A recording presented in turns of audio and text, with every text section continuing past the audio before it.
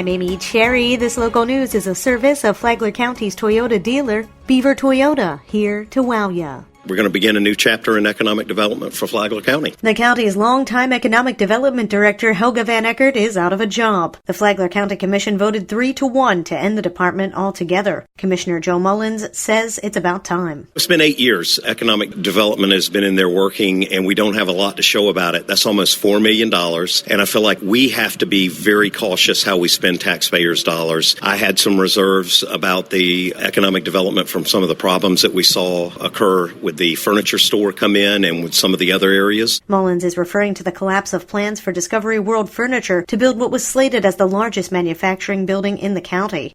Commissioner Donald O'Brien actually made the motion to restructure economic development and its spending, citing several of the department and Van Eckert's failures. The spending that we do of general revenue tax dollars on economic development activities and our continuing lack of any significant results. I have arrived at the conclusion that we can and must do better, and we must be more efficient and effective in how we spend general tax revenue dollars on economic development. Commissioner Greg Hansen was the sole no vote. He called for further study of the issue. We're rushing into something without any discussion and without any validation of the accusations that have been made, and they're pretty serious accusations. I think we better look into this a little further rather than summarily firing 3 members of our staff. The commission decided just one staffer will assume economic development duties. County Administrator Jerry Cameron says he'd find roles in county government for the department's staffers, excluding Van Eckert.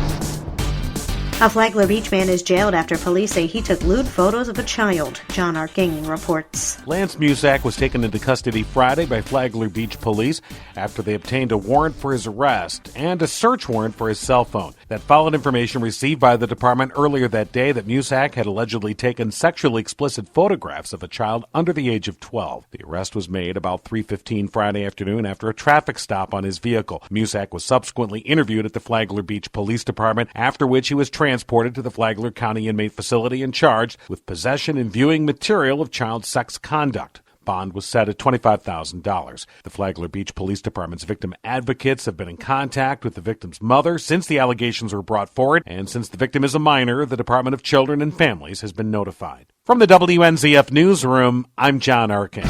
A stolen vehicle leads to the arrest of 4 teens and 1 man. With more, here's Tony Magoo. Early Saturday morning on January 11th, the Flagler County Sheriff's Office spotted a stolen vehicle in the area of Palm Harbor Parkway and Palm Coast Parkway. That vehicle fled, but was soon located again at the end of Crescent Court South. Sheriff Rick Staley is with us. Our deputies, along with K-9, responded, and ultimately all 5 suspects were apprehended. They were identified as 16-year-old Daquan Duncan, who was spotted on a Ring video, 14-year-old Alajuan Johnson, 14-year-old Devin Chalk. Also held were 14-year-old Demarion Harvey and 20-year-old Jamari Parker. Both were found hiding in a nearby boat. Duncan, Chalk, Johnson, Harvey, and Parker were arrested and transported to the Sheriff Perry Hall Inmate Detention Facility. 3 of them were ordered by DJJ to be released to their parents. That didn't seem to work too well previously, but we have no choice. For Flagler's Morning News, I'm Tony Magoo.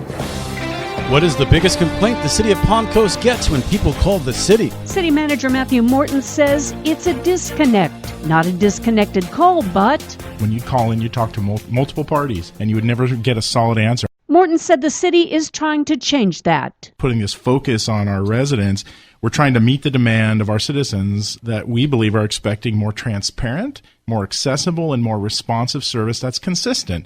Morton said that new technology allows a resident's history with the city to come up on a screen when somebody at City Hall takes the call. He said that residents only need to talk to one person to get the answers they need. To listen to the whole interview, go to the Free for All Friday pod. You'll find it when you download the Flagler Radio app. Tomorrow, what is Palm Coast Connect and more. From the WNZF Newsroom, I'm Deb Albertson. And now you're up to date on Flagler's Morning News. I'm Amy Cherry.